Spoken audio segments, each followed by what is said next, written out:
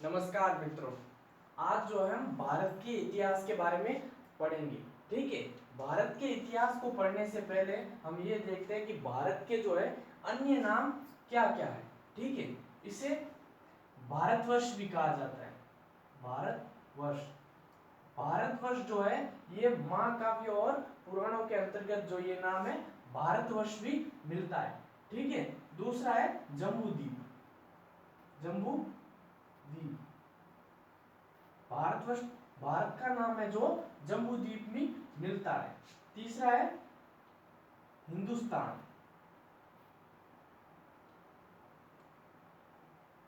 हिंदुस्तान जो नाम है वो ईरानियों के आगमन के समय ईरानियों के आगमन के समय जो ईरानी थे वो सिंधु को, भारत में जो है सिंधु नदी बहती है, वो जो स को जो है ह पढ़ते थे, स को जो है ह पढ़ते थे, इसलिए वो सिंधु को जो है हिंदू बोलते थे, हिंदू प्रदेश या हिंदू बोलते थे। ठीक है। सिंधु को स को ह पढ़ते थे, इसलिए वो हिंदू बोलते थे। ठीक है। और मध्यकालीन आते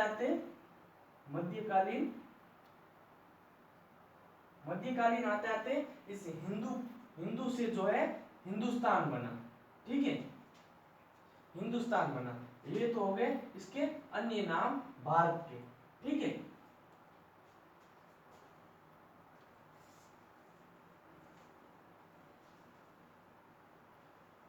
अब जो है भारत जो है कितने भागों में विभाजित है। ठीक है। भारत जो है कितने भागों में विभाजित है। ठीक है। पहला है प्राचीन काल। प्राचीन काल। दूसरा है मध्यकाल। तीसरा है आधुनिक काल।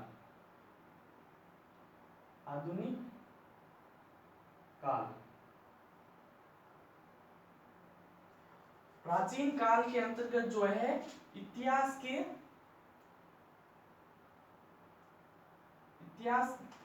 भारत के इतिहास को जानने के जो स्रोत हैं वहां से लेकर राजपूतों की उत्पत्ति तक के इतिहास के बारे में वर्णन है। इसके अंतर्गत जो है बाद में प्रागैतिहासिक काल।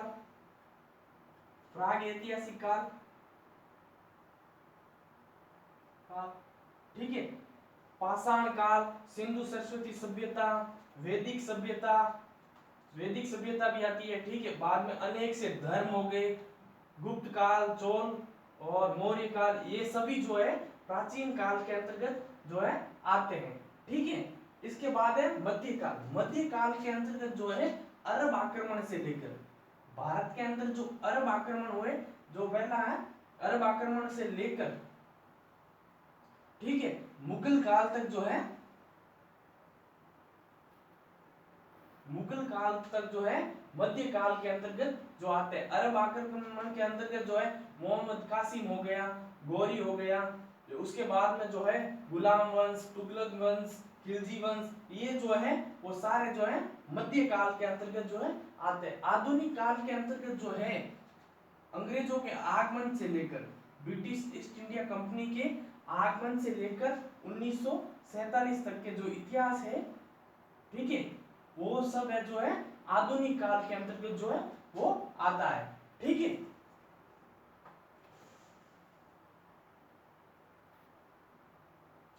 इसका जो सर्वप्रथम जो विभाजन है, जो बांटा है, भाग जो किए हैं, वो किए हैं क्रिस्टोफ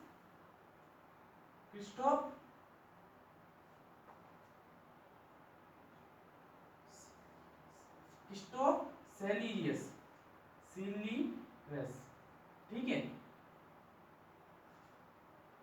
सर्वप्रथम जो है क्रिस्टोफ सेलियस जो है एक जर्मन व्यक्ति है। इसने जो है इसे 3 भागों में विभाजित किया है। भारत के इतिहास को जो है 3 भागों में विभाजित किया है क्रिस्टोफ सेलियस। ठीक है।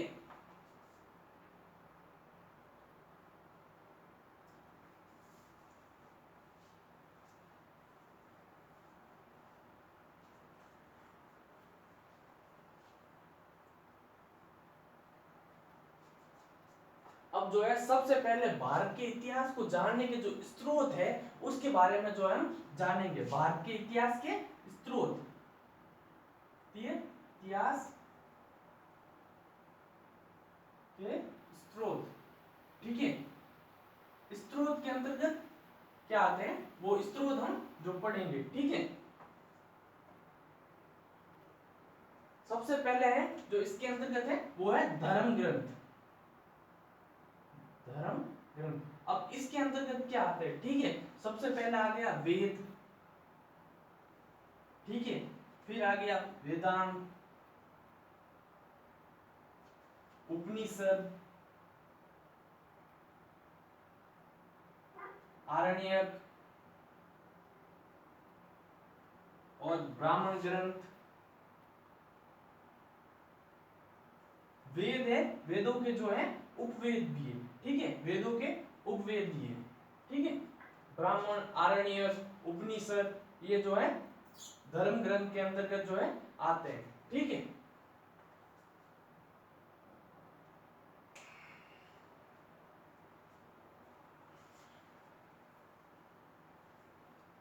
हम सबसे पहले जो है वेदों के बारे में पढ़ेंगे। वेद, वेद कितने हैं? चार, चार वेद है।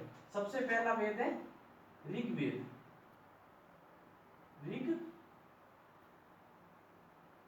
ऋग्वेद, ठीक है।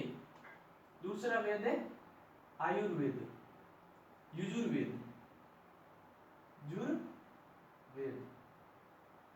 फिर सामवेद, फिर अथर्ववेद, अर्थवेद, ठीक है। ये जो है चार वेद है। कितने वेद है? चार वेद, ठीक है। इन चारों के वेदों के उपवेद भी है, आयुर्वेद, धनुर्वेद, गंधर्ववेद और शिल्पवेद। ये जो है इनके चारों के उपवेद भी है, ठीक है। सबसे पहले हम आज जो है ऋग्वेद के बारे में पढ़ेंगे, ऋग्वेद के बारे में जानेंगे। ऋग्वेद क्या है, ठीक है। ये जो वेद है ऋग्वेद जो है सबसे प्राचीन वेद है, प्राचीन वेद जो है वो है ऋग्वेद है। इन तीन वेदों की रचना जो है बाद में हुई, सबसे पहले जो है ऋग्वेद की रचना हुई है। ये सबसे प्राचीन वेद है, ठीक है।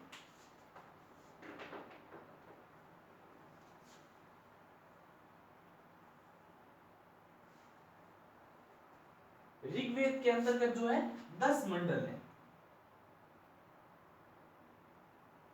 10 मंडल है और 1028 सूक्त है, ठीक है।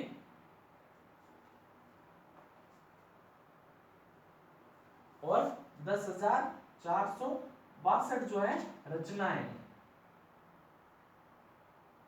10,462 जो रचनाएं हैं वो है ऋग्वेद के अंतर्गत।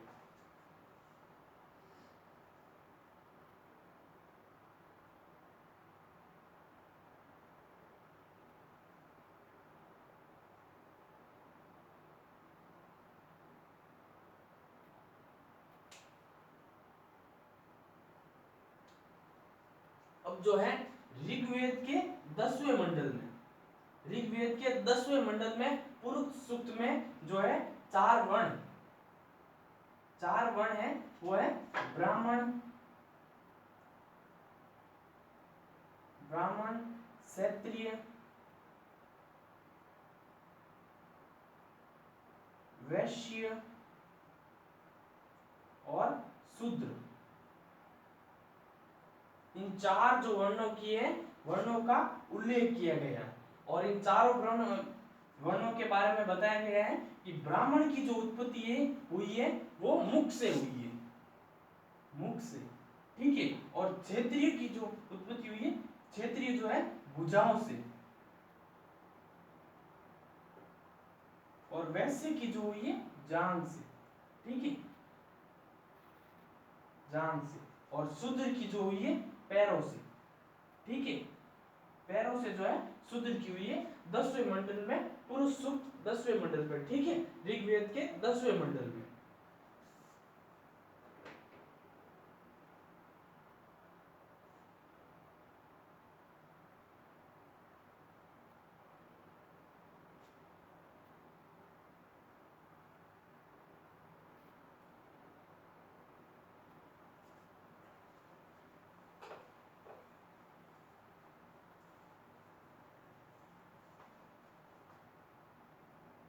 अब जो है ऋग्वेद में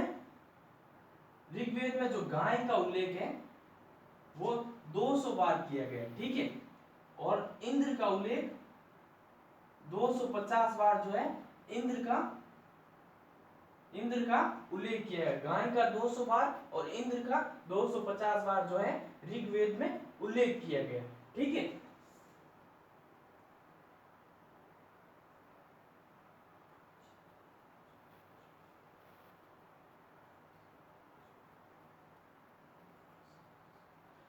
और जो अदन्य शब्द है,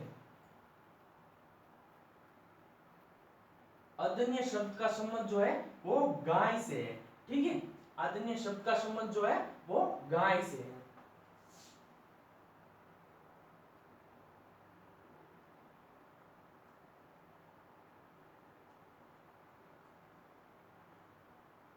इसके जो 8वां मंडल है, 8वें मंडल की हस्तलिखित संख्याओं को जो है हस्तलिखित संख्याओं को खिल कहा जाता है, खिल कहा जाता है, ठीक है।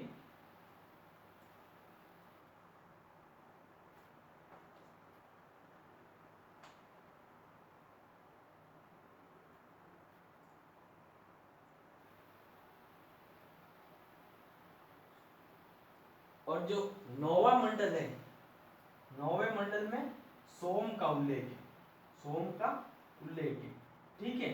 ऋग्वेद में जो है गायत्री मंत्र का भी उल्लेख है, गायत्री मंत्र का भी जो उल्लेख है ऋग्वेद में।